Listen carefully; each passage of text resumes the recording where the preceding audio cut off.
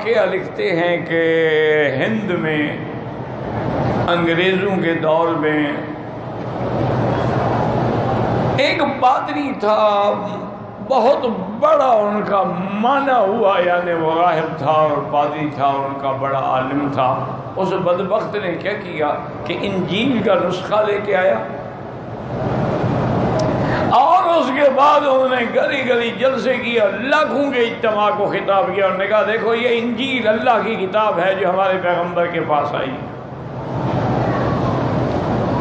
سارے لوگ کٹھے ہو جاؤ، ہم آگ جلائیں گے، ایک بہت بڑا الاؤ جلائیں گے، اور میں اپنے ہاتھ سے اللہ کی کتاب کو جو ہے وہ آگ میں پھینکوں گا، اگر میری کتاب آگ میں نہ جلے تو یہ دلیل ہے کہ اللہ کی کتاب ہے، اور تم بھی اپنے مولوی کو لے آؤ جو آگے اللہ کے قرآن کو آگ میں ڈالے گا، اگر وہ جل گیا تو پھر تم جھوٹے ہو، میں سچا ہوں۔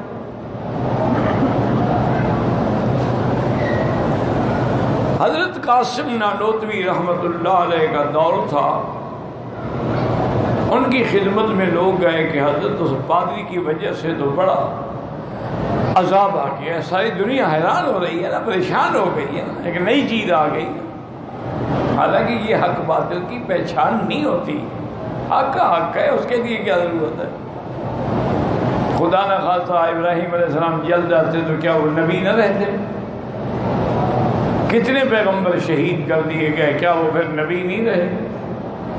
یقتلون الانبیاء بغیر حق، انہوں نے کتنے انبیاء کو ناحق قتل کر دیا، تو اگر ابراہیم علیہ السلام پر بھی موت آ جاتی یا آگ میں جل جاتے، نعوذ باللہ، ان کی نبوت تو ختم نہ ہوتی۔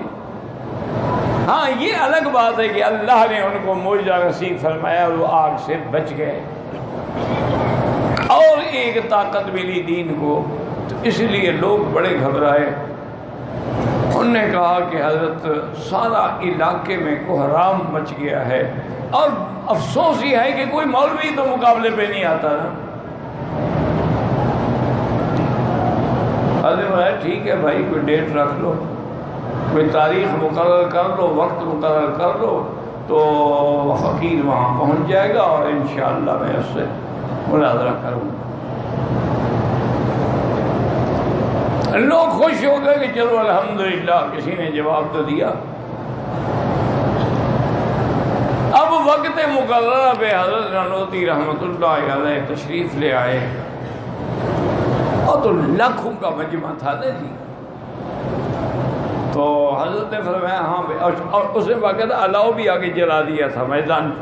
یعنی لوگوں کو ہٹا کے ایک جگہ بنا لی تھی جس میں آگ جل رہی تھی بڑی۔ حضرت نے فرمایا ہاں بھائی کیا تمہارا کیا دعویٰ ہے؟ انہوں نے کہا جی یہ انجیل ہے، یہ اللہ کی کتاب ہے جو موسیٰ علیہ السلام پہ اتری،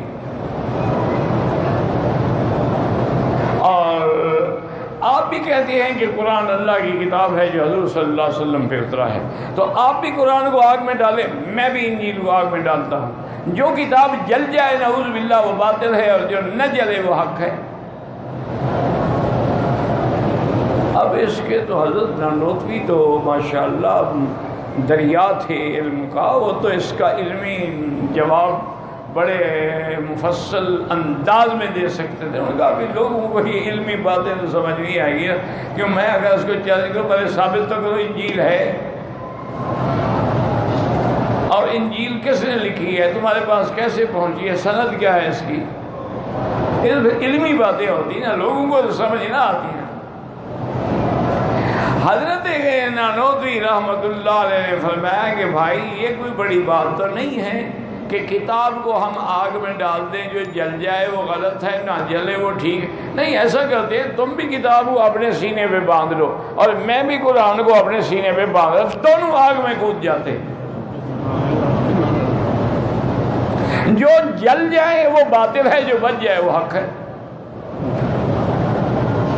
میں نے کہا بھائی لے آؤ رسی، مجھے بھی باندھو اس کو بھی باندھو۔ اب تو جناب پادری صاحب کی ہوا شوا اکھڑ گئی۔ حضرت نے فرمایا بدبخت تم لوگوں کو دھوکہ دیتے ہو، کتاب پہ تم نے دوائی ڈالی ہوئی ہے جو آگ اس پر اثر نہیں کرے گی، تم میرے ساتھ چلو آگ میں دیکھتے ہیں۔ اب وہ جناب بھاگے، آپ نے کہا نہیں میں تمہیں بھاگنے نہیں دوں گا، بالکل چھلانگ لگا ہوا آگ میں بھی لگاتا ہوں۔ دونوں آئے کہ دوسرے کا ہاتھ پکڑ کے چھلانگ لگاتے ہیں۔ اب وہ کیسے چھلانگ، اس کو تو پتا تھا میں آگ میں جاتے ہوئے جل مروں گا، اس پر تو میں نے دوائی لگائی ہوئی ہے نا، اس پر تو آگ اثر نہیں کرے گی، لیکن میں نے اپنے بدن پر تو دوائی نہیں لگائی ہوئی نا۔ تو وہ شکست کر کے موقع دیکھ کے بھاگا وہاں سے۔ پھر حضرت نے بڑی کوشش کی، لیکن ان کی حکومت تھی، اقتدار تھا، وہ پھر وہ پہرے میں پولیس کے بھاگ گیا۔ تو لیکن اصول یہ ہے کہ جاء الحق والحق الباطل، کہ جب حق آیا تو اب باطل جو تھا وہ ختم۔